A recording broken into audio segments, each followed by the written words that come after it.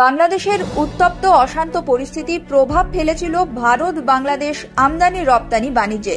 তবে পরিস্থিতি ধীরে ধীরে স্বাভাবিক হচ্ছে বলে সূত্রের খবর। হিলি ইমিগ্রেশন চেকপোস্ট দিয়ে শুরু হয়েছে আমদানি রপ্তানি বাণিজ্য। এদিন হিলি ইমিগ্রেশন চেকপোস্ট দিয়ে বাংলাদেশ থেকে বাংলাদেশি ট্রাক ভারতে প্রবেশ করতে দেখা যায়। পাশাপাশি ভারত থেকেও ট্রাক রওনা হয় বাংলাদেশের উদ্দেশ্যে।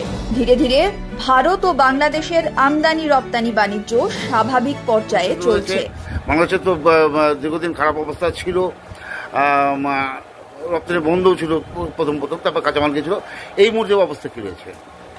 আজকে সকাল থেকে বাংলাদেশে স্বাভাবিকভাবেই আমাদের হেভি বন্দর দিয়ে আমদানি ও রপ্তানি দুটোই স্বাভাবিকভাবে এক্সপোর্ট হয়েছে। কোনো দিক দিয়ে কোনো অসুবিধা হয়নি। দুই দেশের সীমান্ত রক্ষা বাহিনী বিজিবি ও বিএসএফ এর পক্ষ থেকে চলছে কড়া নজরদারি। যে সমস্ত ট্রাক ভারতে প্রবেশ করছে এবং যে সমস্ত ট্রাক বাংলাদেশে যাচ্ছে সেগুলোকে কড়া নজরদারি করছে বিএসএফ। বিভিন্ন বাংলাদেশি ট্রাক পণ্য নিয়ে ভারতে প্রবেশ করছে, চলছে আমদানি।